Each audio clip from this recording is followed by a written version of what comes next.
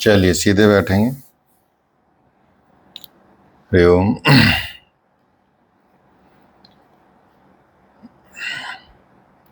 सीधे बैठेंगे, मंत्र रिपीट करेंगे। ओम सहना भवतु, सहनौ भुनक्तु, सह वीर्यं कर्वावहै, तेजस्विनावधीतमस्तु मा विद्विषावहै। ओम शांति शांति शांति। रिलैक्स।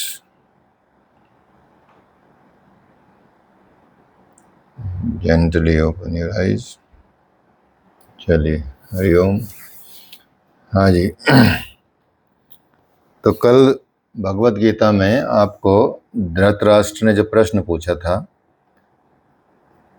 संजय से, उसके विषय में पूरी चर्चा हुई। अब संजय बताते हैं कि अब आगे क्या हो रहा है, क्योंकि पहले अध्याय में भगवान तो शांत रहते हैं, भगवान कुछ भी नहीं बोलते, और इसमें दुर्योधन अपनी सेना के बारे में और पहले पांडवों की सेना के बारे में, फिर अपनी सेना के बारे में, अपने जो गुरु हैं द्रोणाचार्य हैं उनको समझाते हैं, बताते हैं कि हाँ उनकी सेना कैसी है, हमारी सेना कैसी है। ठीक है। फिर बताते हैं कि ये हमारी सेना, जो हमारी सेना की रक्षा कर रहे हैं सेनापति जो हमारे पितामह भीष्म हैं, वो किसी भी तरह से हार नहीं सकते, और भीम से जो रक्षित हमारी सेना है, उनकी सेना है, उसको जीतने में हम पूरे सक्षम हैं। इस तरह की चीज़ें वो एक तरह से अपने गुणों का बखान करते हैं। तो वो जताना चाहते हैं अपने गुरुओं को कि हम कैसे हैं, हम कितने शक्तिशाली हैं, लेकिन उसको ये सामने की सेना को देख के भी डर लग रहा है। वो उनके बारे में बताते हैं, मतलब अपनी सेना से ज़्यादा तारीफ तो वो उनकी कर रहे हैं सामने ही। तो वहाँ उनको पता चल रहा है कि भाई हम कितने कमज़ोर हैं। तो उसी स्थिति को बताते संजय बताते हैं, जैसे कल बताया था कि उसके बाद जब वहाँ देख रहे हैं तो धृतराष्ट्र बोलते हैं कि ज़रा देखो बताओ क्या हो रहा है। तो बताते हैं कि उस समय राजा दुर्योधन ने जो व्यूहकार रचना है पांडवों की सेना, उनका एक सिस्टमेटाइज कह सकते हैं कि सिस्टम के साथ वो खड़े हुए हैं अपनी सेना को लेके। कहाँ सेनापति होगा, कहाँ कोई योद्धा होगा, कहाँ कोई महारथी होगा, किस स्थान पे होगा, वो सारा एक व्यूह रचना की है। तो पांडवों की सेना को देखकर दुर्योधन द्रोणाचार्य के पास जाते हैं, आचार्य द्रोणाचार्य के पास जाते हैं। द्रोणाचार्य क्या है? द्वैत का आचरण ही द्रोणाचार्य बताया जाता है। हमारे जीवन में द्वैत अर्थात ये जब जानकारी हो जाती है कि हम परमात्मा से अलग हो गए हैं, यही द्वैत का भान है, यही द्वैत की जानकारी है, यही द्वैत का कह सकते हैं कि भाव है। तो इसलिए जब हमको ये पता चल जाता है कि हम अलग हो गए हैं, तो हमारे अंदर एक तड़प पैदा हो जाती है कि हम तब गुरु की तलाश में निकलते हैं कि हमको पुनः परमात्मा के साथ एकाकार करना है। तो इन दोनों प्रवृत्तियों के बीच जब वो अलग प्रवृत्ति जो अलग हो गए हैं वो, और जो मिलने की चाह है वो, या कह सकते हैं कि दोनों तरह की प्रवृत्तियों के बीच जो सबसे पहले गुरु हैं और बाद में सदगुरु बन जाते हैं, वो योगेश्वर श्री कृष्ण हैं जो योग की स्थिति वाले हैं। तो यहाँ राजा दुर्योधन उनके पास जाते हैं, आचार्य द्रोण के पास जाते हैं। दुर्योधन क्या है? पहले ही आपको बता चुके हैं, मोह रूप ही दुर्योधन है। हमारा मोह मतलब धृतराष्ट्र का मोह रूप ही दुर्योधन है।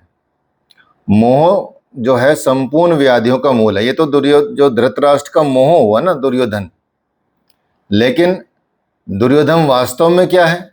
जब मोह क्या है? सभी सारी बीमारियों का मूल होता है मोह। ठीक है। तो मोह में मतलब एकदम आसक्ति होती है और एक अपनापन, उसको अपना मान लिया जाता है और उसके लिए कुछ भी करने के तैयार हो जाता है, वो मोह कहा जाता है। तो यही सभी बीमारियों का, व्याधियों का मूल होता है, और ये राजा है हमारी सब समस्याओं का, मोह। तो दुर्योधन क्या है? दुर्योधन दुर अर्थात दूषित, योधन, दूषित योधन अर्थात वह धन जो दूषित है, वही दुर्योधन है। दूषित धन से इतना मोह हो जाता है, रिश्वत के पैसों से बहुत मोह होता है, ठीक है। तो जो आत्मिक संपत्ति है वही एक स्थिर संपत्ति होती है, और उसमें जो दोष उत्पन्न कर दे वो मोह होता है, और जो मोह है यही प्रकृति की तरफ आपको खींचता है। और जब प्रकृति की तरफ को खींचता है तो वास्तविक जानकारी के लिए ये प्रेरणा भी कभी कभी प्रदान करता है कि भाई हम अलग हो गए हैं और अब कैसे भगवान के साथ मिलें। तो इसलिए कहा जाता है कि मोह तभी तक प्रश्न पूछने का प्रश्न है जब कोई पूर्ण ना हो जाए। मोह है तभी तक प्रश्न पूछा जाता है, जब मोह खत्म हो जाएगा तो फिर सारे प्रश्नों का उत्तर मिल जाएगा। मोह खत्म होते ही फिर तो एकाकार होने लगेगा, फिर तो आपको अपने सारे प्रश्नों का उत्तर धीरे धीरे मिल जाएगा। इसलिए इस सारी सेना को देखकर, पांडवों की सेना को देखकर वो देखा कि कितने पुण्य से प्रभावित है ये सारी सेना। सजातीय वृत्तियों वाले लोग हैं, संगठित हो गए हैं, जिनकी सारी सजातीय वृत्तियां हैं। तो अपने गुरु के पास जाकर वो बोलते हैं, क्या बोलते हैं? बोलते हैं कि पश्यताम पांडुपुत्राणाम आचार्य महितम चमूम व्यूढ़ाम द्रुपद पुत्रेन तव शिष्येन धीमता।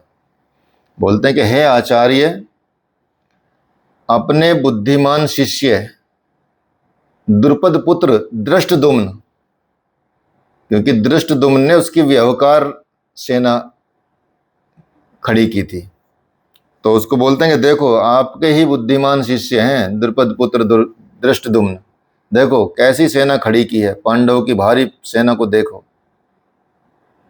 तो यहाँ क्या बताया गया कि शाश्वत जो अचल पद, जिसमें आस्था रखने वाला, शाश्वत अचल पद मतलब ईश्वर, वही शाश्वत अचल पद है। परमात्मा, आत्मा, उसमें दृढ़ स्थिति रखने वाला, दृढ़ मन वाला, आस्था रखने वाला, श्रद्धा रखने वाला, जो दृढ़ मन है वही धृष्टद्युम्न है। दृढ़ मन ही किसमें? शाश्वत अचल पद में आस्था रखने वाला दृढ़ मन को ही धृष्टद्युम्न कहा गया है। और यही सारी पुण्य में जितनी हमारी प्रवृत्तियां होती हैं उनका सेनापति होता है, नायक होता है, उनका नायक है, उनका हीरो यही होता है। अर्थात हमारा दृढ़ मन ही हमारी सारी पुण्य प्रवृत्तियों का नेता है, नायक है। हमारा मन विचला तो हमारी सारी पुण्य ने जो सब प्रवृत्तियां खत्म, मन के विचलते ही खत्म सब कुछ, ठीक है। लेकिन इसी को धृष्टद्युम्न कहा गया है। ये वास्तव में भी ये रूपक में चल रही है बात थोड़ी। तो रामचरितमानस में कहते हैं, साधन कठिन न मन कहूं टेका। साधन कठिन नहीं है, मन की दृढ़ता कठिन होनी चाहिए। साधन तो हो ही जाएंगे यदि आपने एक बार ठान ली, एक बार कोई बात ठान ली कि हाँ आज से मुझे ये काम करना है, तो समझो करना है। तो इसी को वो बता रहे हैं महर्षि। अब बोलते हैं, अत्र सूरा महेश्वासा भीमा अर्जुन समायुधि युयुधानो विराटश्च द्रुपदश्च महारथ। कि इस सेना में महेश्वासा, महेश्वासा कौन है? महान ईश में वास दिलाने वाला, जो ईश्वर में वास दिला दे, वो महेश्वासा है। ईश्वर है, महान ईश्वर में, महान ईश में जो निवास दिला दे, जो उसकी तरफ ले जाए, वही महेश्वासा है। और भाव रूपी भीम है, अनुराग रूपी अर्जुन है। ऐसे समान, ऐसे ऐसे वीर सूरवीर यहाँ सामने खड़े हैं। और सात्विकता रूपी सात्विक हैं, और जो चारों तरफ ईश्वरीय प्रवाह का धारण करते हैं, उनकी धारणा करते हैं, महारथी हैं। ऐसे अचल स्थिति वाले विराट हैं। तो जब सारे गुण उधर हैं तो जीतेगा कौन? तो पहले संकेत दे रहे, मतलब दुर्योधन तो पहले ही बता रहा अपने गुरु को कि जी गुरु जी देख लो, ये सब ऐसे ऐसे लोग खड़े हैं, देखो कितने महान महान व्यक्ति खड़े हैं हमारी सेना के सामने। और बताते हैं कि धृष्ट केतु चेकिस्तान, काशी राजस्य वीर्यवान, पुरीजित कुंती भोजस शैबश्च नरपुंगव। बोलते हैं कि दृढ़ कर्तव्य वाले धृष्ट केतु हैं सामने, जिनका कर्तव्य एकदम दृढ़ है। चेकितान, जहां भी जाए वहां से चित्त को खींचकर ईष्ट में स्थिर कर दे, ऐसे चेकितान है। चेकितान का मतलब बताया कि जहां भी जाए अपना मन या चित्त से वहां से खींचकर अपने ईष्ट में स्थापित करने का नाम चेकितान है। और इस काया रूपी काशी में का जो साम्राज्य है वो काशी राज है। काया रूपी काशी में ही वह साम्राज्य है जो पूरा काशी राज, जिनके मतलब सेना नायक या राजा काशी राज है। पुरीजित कुंती भोज, पुरोजित बताए गए कि स्थूल और सूक्ष्म और कारण तीनों शरीरों पर विजय दिलाने वाले। स्थूल शरीर, सूक्ष्म शरीर, कारण शरीर, इन तीनों पर विजय दिलाने वाले हैं पुरोजित। और कुंती भोज, कुंती भोज वो जो कर्तव्य से भावनाओं पर विजय दिलाते हैं, नरों में श्रेष्ठ हैं और सत्य व्यवहार करते हैं, सभ्य हैं, सत्य व्यवहार करने वाले हैं। तो आप देखेंगे कितने गुणों की खान है, या कह सकते हैं कि ये जो महारथी सामने खड़े हैं, इन महारथियों के सामने ये सात्विक महारथी हैं सारे, और सारे सजातीय, मतलब एक ही जैसे हैं सब, एक ही मतलब एक ही प्रकृति के हैं, एक ही धारा के हैं, मतलब वही प्रभु की धारा के हैं। और वो इतने बड़े बड़े कि उनको डिगा नहीं सकते आप। जो ऐसे ऐसे काम करें कि मन को भी खींच के ले आए, मन को दृढ़ करें, ईश्वर में लगाएं, ठीक है, सारे शरीरों पे विजय दिलाने वाले हों, तो ऐसे लोग हैं। इसके अलावा युधामन्युश्च विक्रांत, उत्तमोजाश्च वीर्यवान, सौभद्रो द्रौपदाश्च सर्व एव महारथा। और भी पराक्रमी है। और कौन पराक्रमी बता रहे हैं? युधामन्यु, युद्ध के अनुरूप मन की धारणा करने वाला, जैसा युद्ध होगा वैसा धारण कर लेगा अपना मन, उसी तरह की कठोरता ले आएगा, उसी तरह के नियम ले आएगा अपने मन में, उसी तरह की धारणा कर लेगा, उसको युधामन्यु कहते हैं।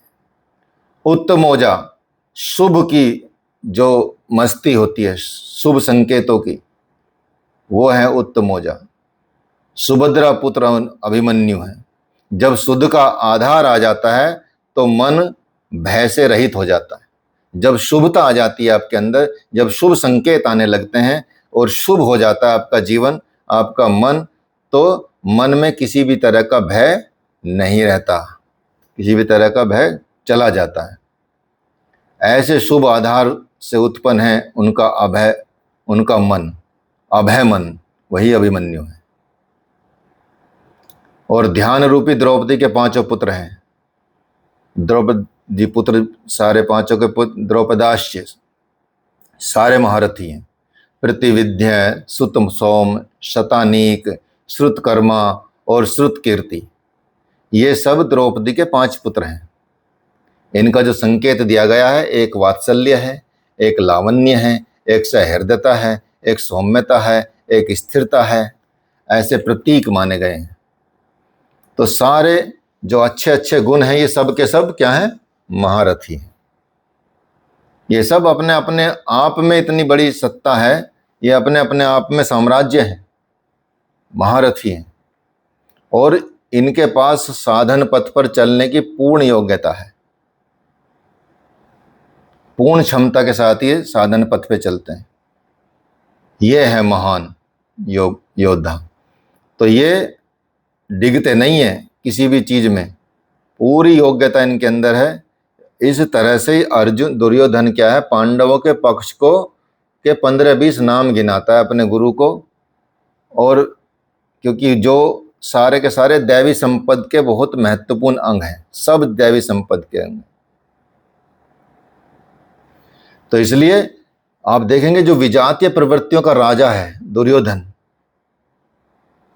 जो विजातीय प्रवृत्ति का राजा होते हुए भी सजातीय प्रवृत्ति को समझने के लिए बाध्य करता है, उसको समझ लेता है।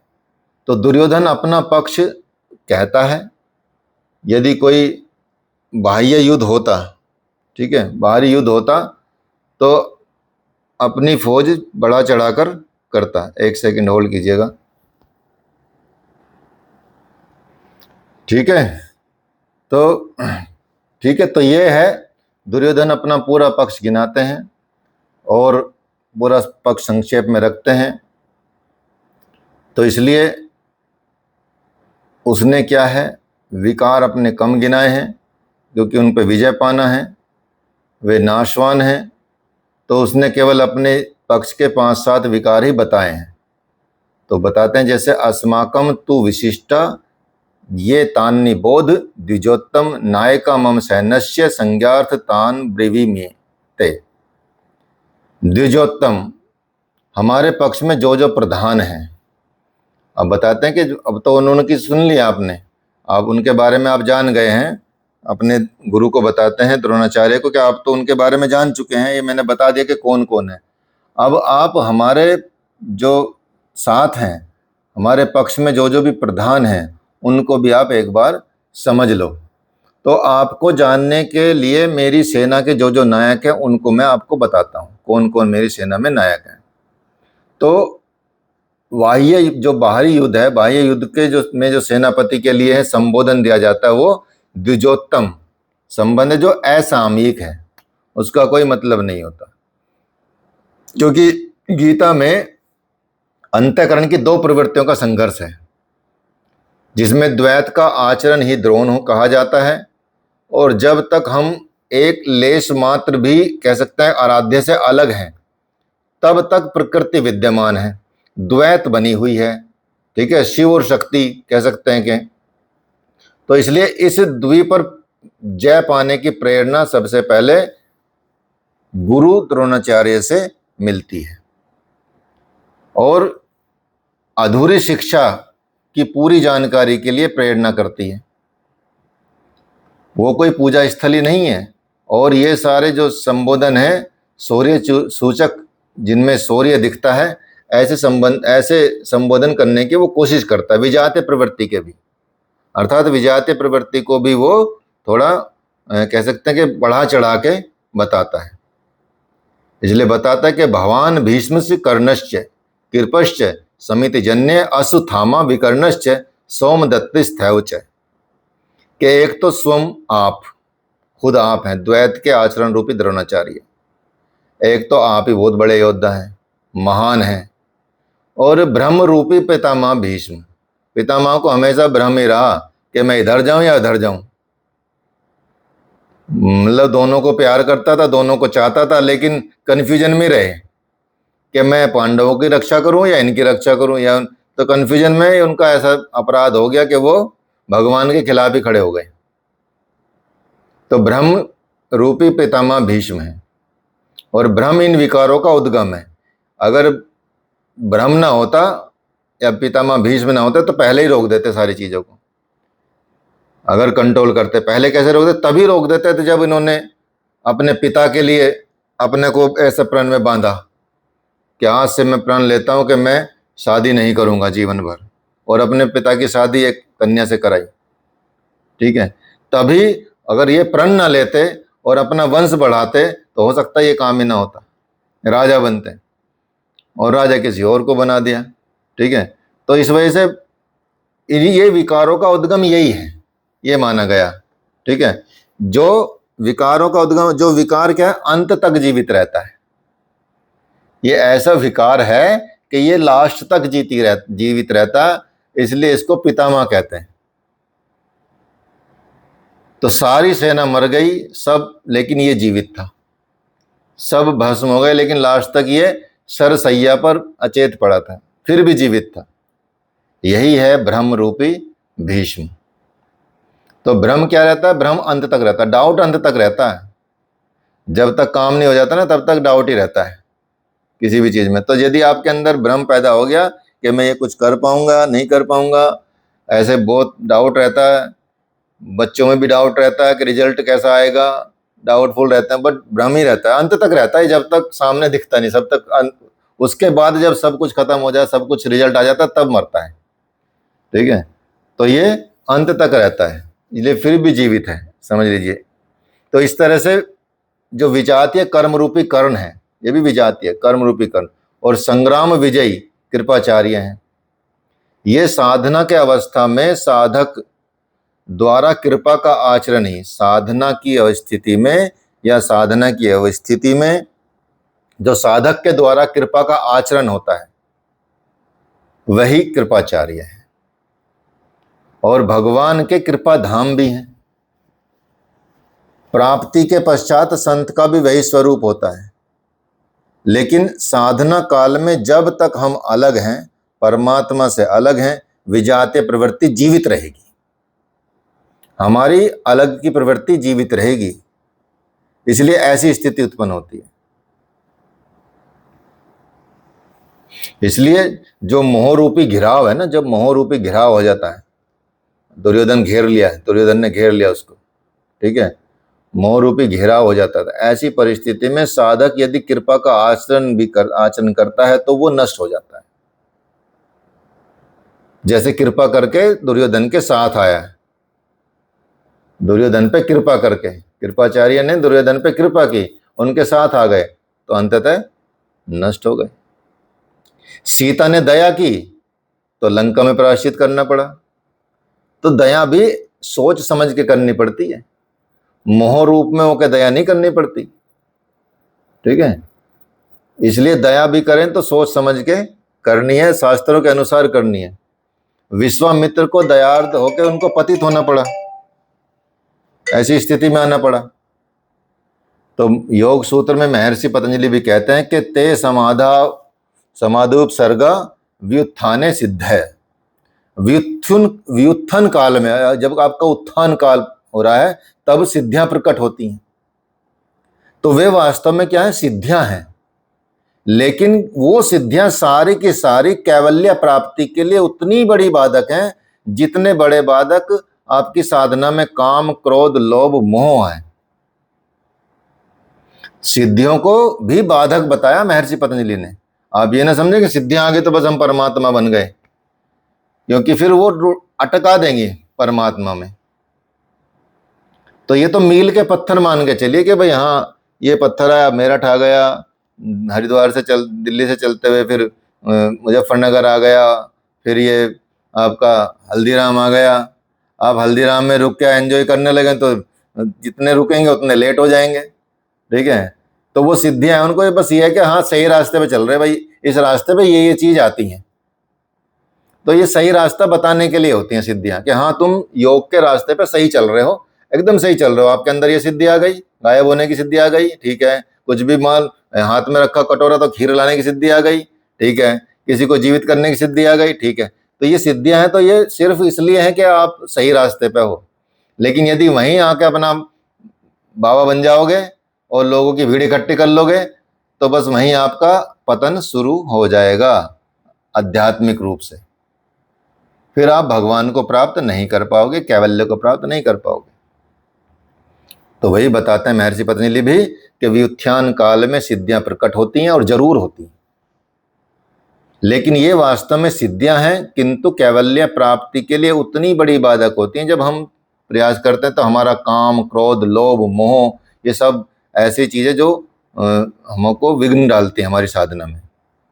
तो गोस्वामी तुलसीदास जी ने भी यही बात कही है, छोरत ग्रंथि जानी खगराय, विघ्न अनेक करई तब माया, रिद्धि सिद्धि प्रेय बहु भाई, बुद्धि ही लोभ दिखावही आए।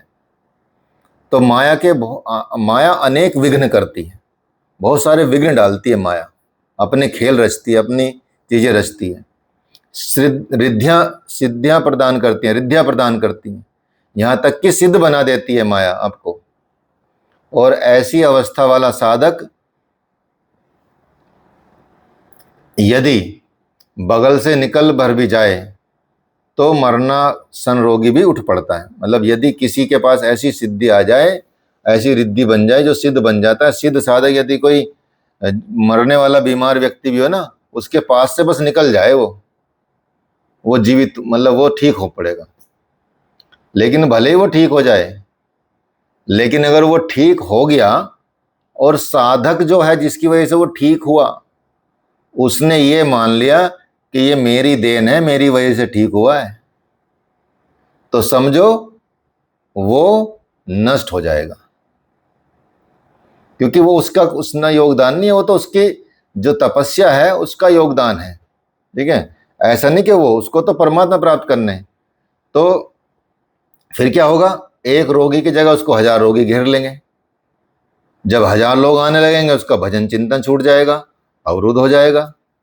तो उधर भागते भागते भागते भागते वो प्रकृति का पैसे भी चढ़ने लगेंगे। लोग कहीं आएंगे कि गुरुजी अब तो बस आश्रम बनवा देता हूँ आपका, ठीक है, आपको ये जमीन मेरी पड़ी है 1000 साल से, पुत्रों की पैतृक जमीन है, करोड़ों बीघे जमीन है, इसको ले लीजिए, बस यहाँ आप बड़ा एक आश्रम बना लीजिए, बस आप राजा बन के रहिए।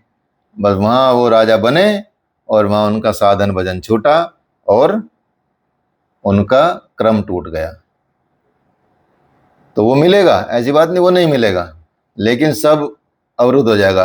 तो लक्ष्य से दूर चला जाएगा।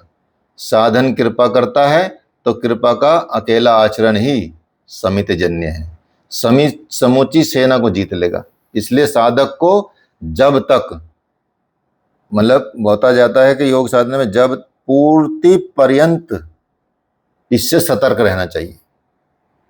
जब तक आपको प्राप्ति नहीं होती तब तक आपको सतर्क रहने की आवश्यकता होती है साधना पथ में।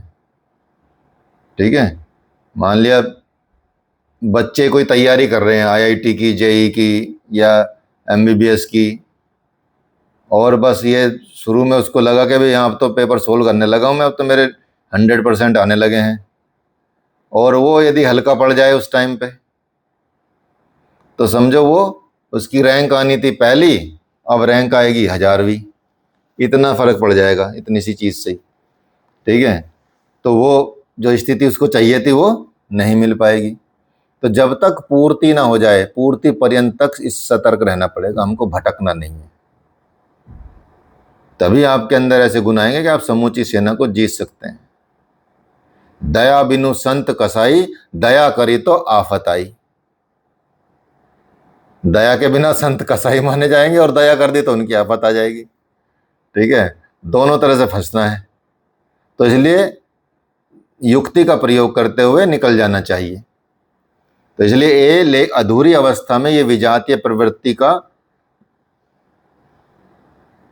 दुर्धर्ष योद्धा है, मतलब ऐसा योद्धा है जो विजातीय प्रवृत्ति का है। इसलिए इस प्रकार जो हमारा आसक्ति रूपी है, आसक्ति रूप कौन है, अश्वत्थामा, क्योंकि द्रोणाचार्य की आसक्ति अश्वत्थामा में थी।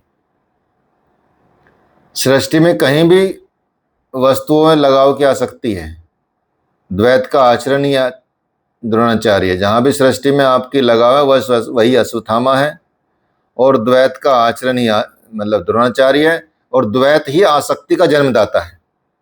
क्योंकि तभी तो प्रकृति की तरफ आए आप, जब द्वैत आया तभी आप प्रकृति की तरफ दौड़े और प्रकृति में मतलब आसक्ति रखी, और वही आसक्ति जो है आसक्ति रूपी अश्वत्थामा है।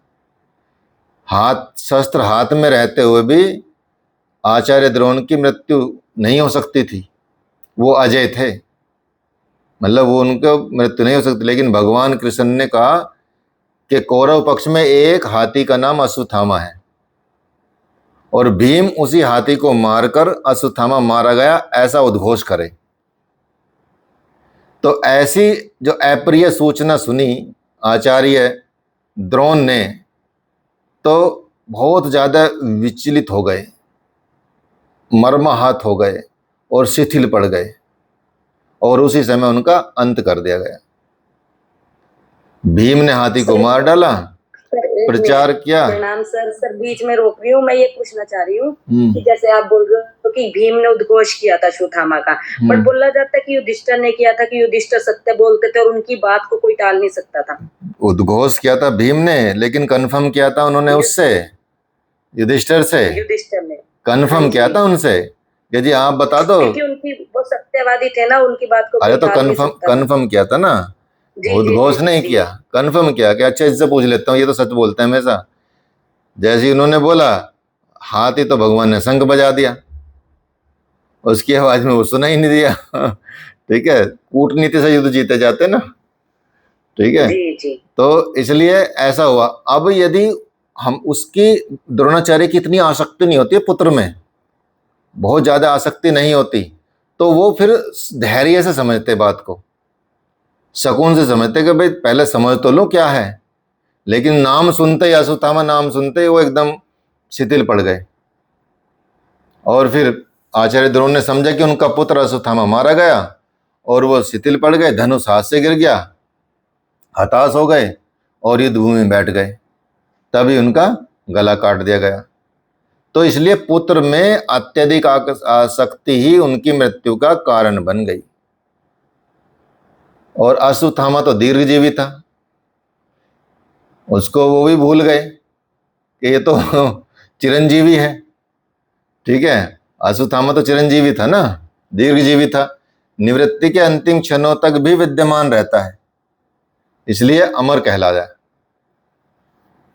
इस तरह से, और फिर इस तरह की और कल्पना की गई, जो विकर्ण है, विकल्प रूपी विकर्ण है, विकल्प रूपी।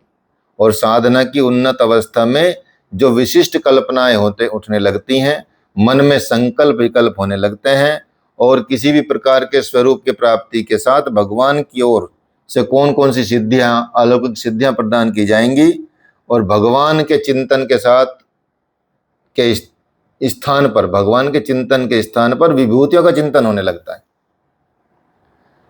भगवान का भजन छूट जाता है, भगवान का चिंतन छूट जाता है, बस विभूति जो हमको सिद्धियां मिली हैं उनका चिंतन होने लगेगा। तो साधक की दृष्टि केवल अपने कर्म पर होनी चाहिए, उसे फल की वासना वाला नहीं होना चाहिए। कैसे नहीं कि सिर्फ फल की वासना है कि मुझे बस ये, मेरा ये काम हो जाए, बन जाए, तो बस ये काम बन जाएगा तो इसमें काम हो जाएगा। काम बनाने नहीं, आप तो परमात्मा को प्राप्ति करने के लिए चले थे, लेकिन आप तो सिद्धियों में उलझ गए, आप तो विभूतियों में उलझ गए। किंतु जब वो सिद्धियों और रिद्धियों का चिंतन करने लगता है, तो यही विकल्प ही है विकर्ण। तो ये कल्पनाएं विशिष्ट हैं, लेकिन साधना में बड़ी बाधक होती है। और एक और भ्रम रूपी श्वास ही भूरि श्रवा है। साधन का स्तर जैसे जैसे उन्नत होने पर उसकी प्रशंसा होने लगती है कि वह महात्मा है, वह सिद्ध है, दिव्य शक्तियां हैं, उसके समान लोकपाल भी नस्तक हो जाते हैं, इसका आओ भाव, इसको इज्जत दो, और इसको थोड़ा माला वैला पहनाओ, तो साधक प्रसन्न होने लगता है, गदगद होने लगता है और बहकने लगता है। तो यही भ्रममयी श्वास ही भूरि श्रवा है।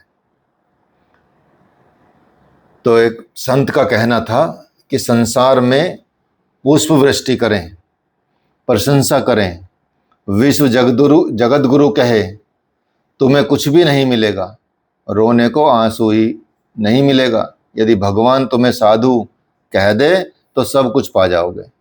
दुनिया कहे चाहे ना कहे, फिर भी तुम सर्वस्व प्राप्त कर लोगे।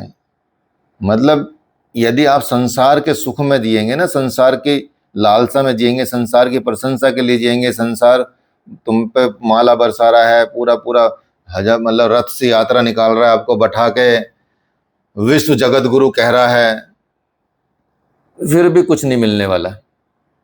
ये संतों का कहना है, ये गुरुओं का कहना है। लेकिन यदि भगवान ने तुमको साधु कह दिया, यदि भगवान ने तुमको साधु मान लिया, तो समझो सब कुछ पा लिया तुमने।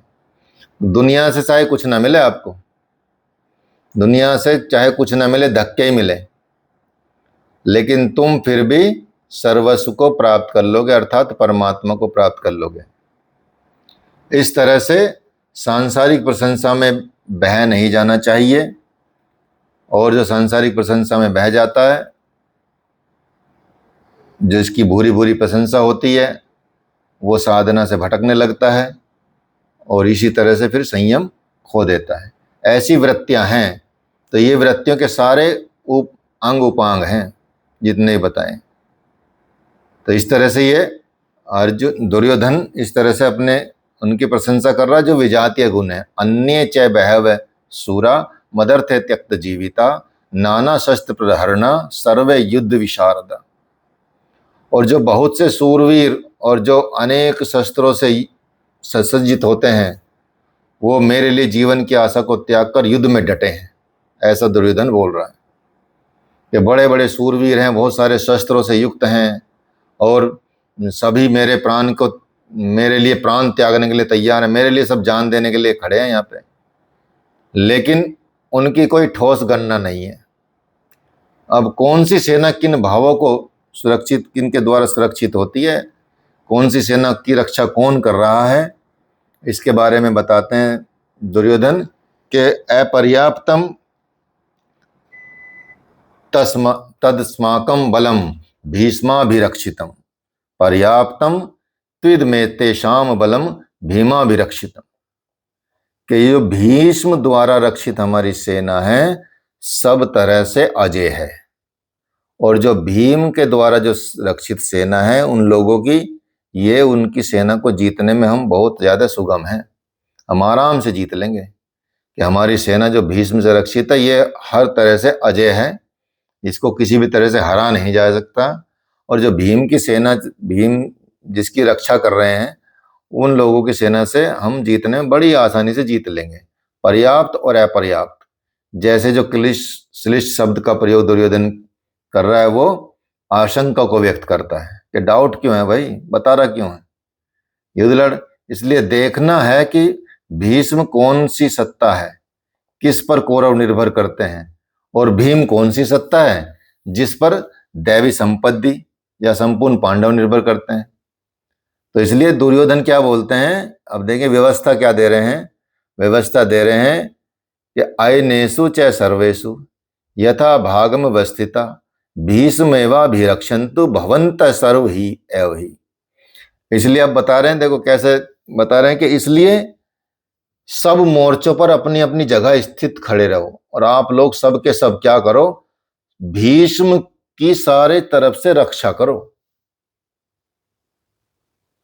यदि भीष्म जीवित है तो हम अजय हैं, इसलिए आप पांडवों से न लड़कर केवल भीष्म की रक्षा करें। अपने योद्धाओं से बोल रहा हो। अब सोचिए कैसा योद्धा है वह भीष्म।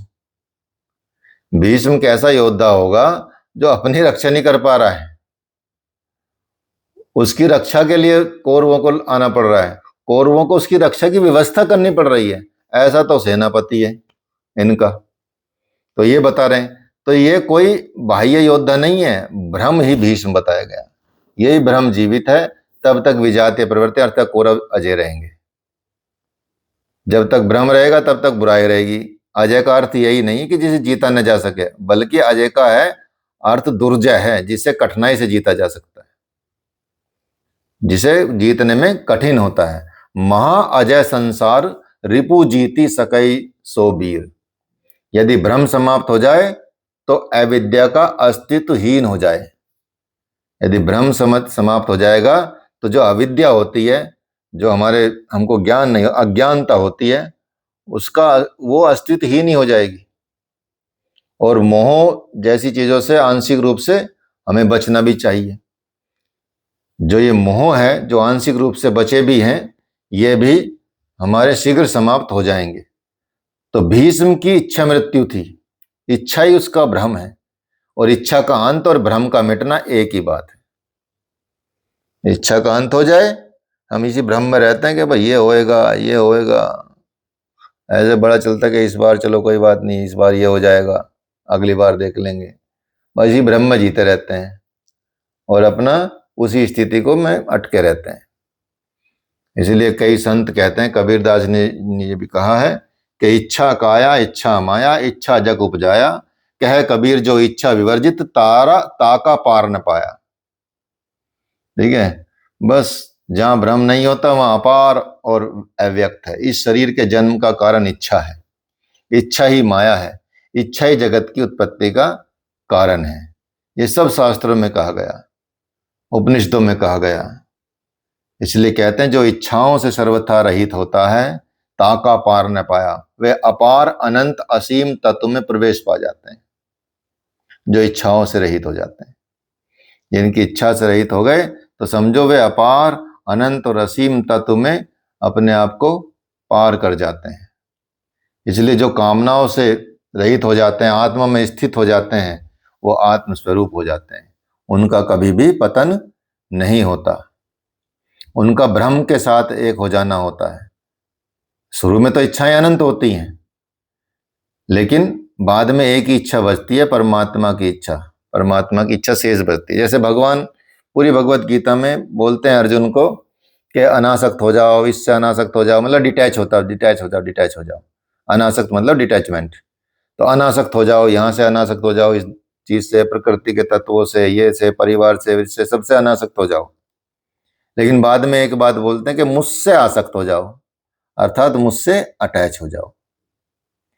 प्रकृति से डिटैच हो जाएंगे और मुझसे अटैच हो जाएंगे तो आपका पतन नहीं होगा और आप आत्म स्वरूप में स्थापित हो जाएंगे। यही बात उपनिषद भी करते हैं कि जो कामनाओं से रहित होकर आत्मा में स्थिर हो जाता है वही आत्म स्वरूप को प्राप्त कर लेता है, कभी उसका पतन नहीं होता। जिसका ब्रह्म के साथ एकाकार हो जाता है, अर्थात तो ब्रह्म से अटैच हो जाता है, आसक्त हो जाता है। शुरू शुरू में तो इच्छाएं अनंत होती हैं, बहुत सारी होती हैं, लेकिन बाद में जब परमात्मा की प्राप्ति की इच्छा शेष बचती है, तो जब ये इच्छा पूरी हो जाती है तब ही सारी इच्छा मिट जाती है। ठीक है, तो इसलिए इस तरह की हमको अपनी व्यवस्था को से जीना चाहिए। और भीम के द्वारा रक्षित इन लोग जो सेना है जीतने में सुगम बताते हैं कि भाव रूपी भीम भावे विद्यते देव। भाव में वो क्षमता है जो कि अविदित परमात्मा भी विदित हो जाता है। भाव से तो भगवान प्रसन्न होते हैं, भाव ही तो है। आप बहुत सारे आडंबर करते रहें, भाव है। जैसे एक भाव आप बताते हैं, एक मंदिर में एक पुजारी रहते थे, ठीक है, रोज पूजा करते थे, प्रसाद वरसाद चढ़ाते थे, सुबह नहा धो के रहते थे, ठीक है। मंदिर के सामने एक वेश्या का घर था। अब वेश्या ये सोचती थी अपने आप को, रोज मंदिर में पूजा वूजा होता देखती थी और सोचती थी कि यार मैं कितनी अभागन हूं और मैंने कौन से कुकर्म किए हैं, पाप किए हैं कि मैं मंदिर भी नहीं जा सकती। मेरा तो बहुत मतलब इतना मन करता है भगवान को पूजा पाठ करने का, मंदिर जाने का इतना करता है कि मैं वहां जा नहीं सकती, क्या करूं। ठीक है, अब मंदिर का पुजारी उस वेश्या को देखता है, वो सोचता है कि यदि मैं पंडित ना होता, मंदिर ना होता, तो मैं भी इसके पास जाता किसी दिन। ठीक है, अब उसका भाव वहां चल रहा है, उसका भाव वहां चल रहा है। अब दोनों की मृत्यु एक दिन हो जाती है, सेम डे में।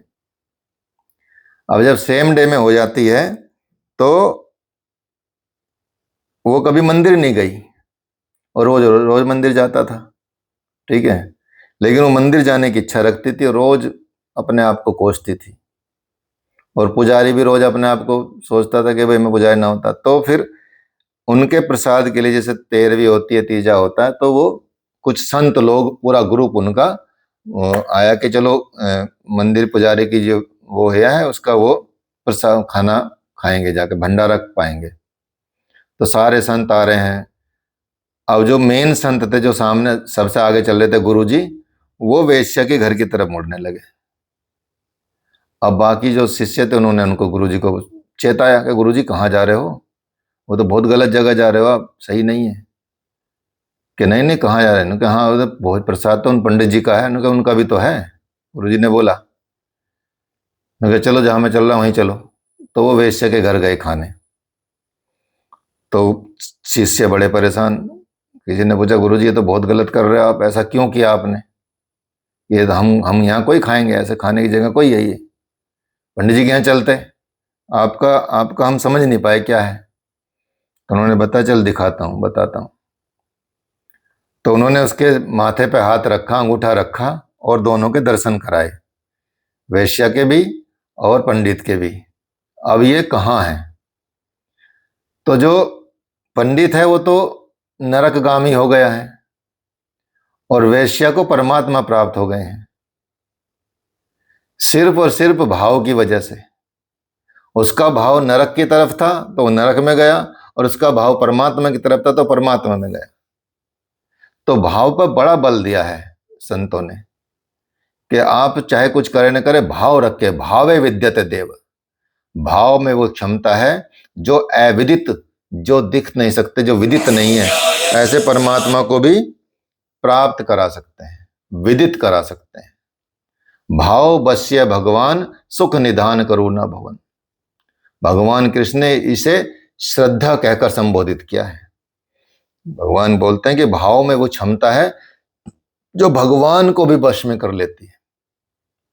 भाव से ही सारा संपूर्ण पुण्य में प्रवृत्तियों का विकास हो जाता है, और ये पुण्य संरक्षक है तो इतना बलवान कि परम देव परमात्मा को भी संभव बनाता है, लेकिन साथ में ही इतना कोमल भी है कि आज भाव है तो कल अभाव बदलते देर नहीं लगती। अचानक से श्रद्धा टूट जाती है कई लोगों की। जैसे कोई मिला ऐसे कि भाई अरे क्यों जा रहे हो, ये तो फालतू की चीजें हैं, आज तक मुझे बता दो, तर्क पे प्रस्तुत करते हैं। ठीक है, जैसे आजकल के बहुत सारे बुद्धिजीवी लोग बोलते हैं कि पूजा पाठ से क्या होगा, मंदिर से क्या होगा, ये इससे क्या होगा, शिव जी क्या हैं, अपनी पत्नी को नहीं बचा पाए हैं, ऐसे बोलते तो हम क्या होगा, हमारा जो भाव बना था वो तुरंत अभाव बदल जाता है, इसलिए विचलित हो जाता है, क्योंकि हमारा भाव दृढ़ नहीं लगता। इसलिए भाव है तो स्ट्रोंग, लेकिन बेचारा बहुत कोमल है, बहुत सॉफ्ट है। इसलिए भाव है तो अभाव में बदलते उसको देर नहीं लगती, इतना बेचारा कोमल है। आप कहते हैं कि महाराज बहुत अच्छे हैं, कल कह सकते हैं कि नहीं हमने तो देखा महाराज खीर खाते हैं। ठीक है, जैसे महात्मा बुद्ध तपस्या कर रहे थे अपने 5 शिष्यों के साथ। अब उन्होंने बोला था कि भाई सबको भूखे रहना है और भूखे रह के तप करना है, महात्मा बुद्ध ने बोला। अब वो करने लगे, अचानक वहां पे एक वहां की नगर बधू जिसको आम्रपाली, उनके पास आई और उनको खीर खिलाने लगी कि प्रभु खीर खाइए। अब उन्होंने खीर ले लिया, कटोरा खीर खाने लगे। अब उन्होंने शिष्यों ने देखा है तो हमको पागल बना रहा, खुद तो खीर खा रहा और हमको बोला कुछ खाना पीना नहीं है, कि चलो छोड़ के इसको चल देते हैं। वो छोड़ के चल के सारनाथ आ गए। वहां भगवान बुद्ध को तथागत हो गए, वो उनको मतलब परिनिर्वाण प्राप्त हो गया, निर्माण प्राप्त हो गया, मतलब एनलाइटनमेंट हो गया, ज्ञान प्राप्त हो गया। अब ज्ञान प्राप्त हुआ तो सबसे पहले वो सारनाथ ही गए, जहां वो 5 शिष्य गए थे जिनको अभी तक ज्ञान प्राप्त नहीं हुआ। ठीक है, तो वहां उनका जो भाव तुरंत बदल गया कि भाई खीर खा रहे तो अभाव बदलने देर नहीं लगी, तो तुरंत चेंज हो गया उनका सिस्टम। तो इसलिए वहां आके जब आए तो वहां देखा कि सबने दूर से आ रहे थे, तो देखा कि इसकी कोई सेवा नहीं करेगा भाई, इसको कोई पानी नहीं देगा, कोई पाँव नहीं पखारेगा, कोई दूर दूर दूर रहना है। लेकिन जैसे जैसे वो नजदीक आते गए, जब पास आए तो दौड़ के कोई आसन उठा के लाया, कोई पानी लाया, कोई पैर धोने लगा, सब कुछ करने लगे साथ के साथ ही। और भगवान ने उनको पहले, महात्मा बुद्ध ने उनको प्रवचन दिया, पहला प्रवचन दिया, और किसी को 6 महीने में, किसी को 3 महीने में, किसी को 5 महीने में ज्ञान की प्राप्ति हो गई। तो घास पात जो खात है तिन ही सतावे काम, दूध मलाई खात जे तिन की जाने राम। तो ईष्ट में लेस मात्र भी त्रुटि प्रतीत होने पर भाव डगमगा जाता है। थोड़ा सा गुरु में वो आ गया और गुरु जी तो थोड़ा ऊट पटांग बात कर रहे हैं, पता नहीं, जबकि वो कर रहे हैं कि भाई तुम्हारा भाव देखना है, डगमगाता तो पुण्य में प्रवृत्तियां विचलित हो उठती हैं, ईष्ट से संबंध टूट जाता है। इसलिए भीम द्वारा जो रक्षित इन लोगों की सेना जीतने में सुगम है, महर्षि पतंजलि का भी यही निर्णय है। क्योंकि तब तक आपका, जैसे कल एक शब्द बताया, एक श्लोक बताया था, सैतु दीर्घ काल निरंतर ये सत्कार सेवितो दृढ़ भूमि, कि दीर्घ काल तक निरंतर श्रद्धा के साथ भक्ति पूर्वक किया जाते हैं कोई साधना ही दृढ़ हो पाती है। ये उसमें नहीं हो पाता कि भाई आप दृढ़ न रहें, दृढ़ निश्चय न रहें, श्रद्धा न रहे आपकी, और ऊब जाएं थोड़े से टाइम पे, तो इसलिए ऐसा होता है। तो यहाँ पे आज आपको यहीं तक कराते हैं, किसी का कोई प्रश्न हो तो पूछ सकता है। ठीक है, फिर आगे इसको कल कंप्लीट ही कर देंगे थोड़ा। ठीक है, पहले चैप्टर में तो थोड़ी जानकारी वैसी ही है, समझने वाली भी है, लेकिन आगे भगवान बोलना शुरू करेंगे तो और गूढ़ रहस्य खुलेंगे आपके जीवन के। चलिए, कोई प्रश्न पूछना चाहता है तो पूछ सकता है।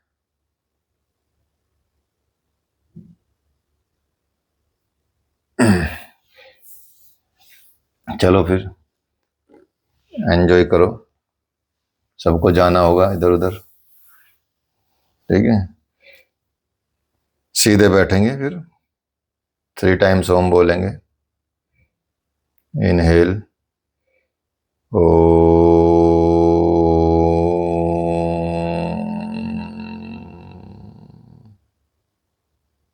इनहेल ओ,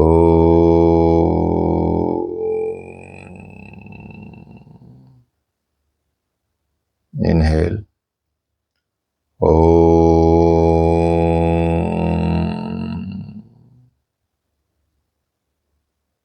relax, gently open your eyes। चलिए, हरिओम।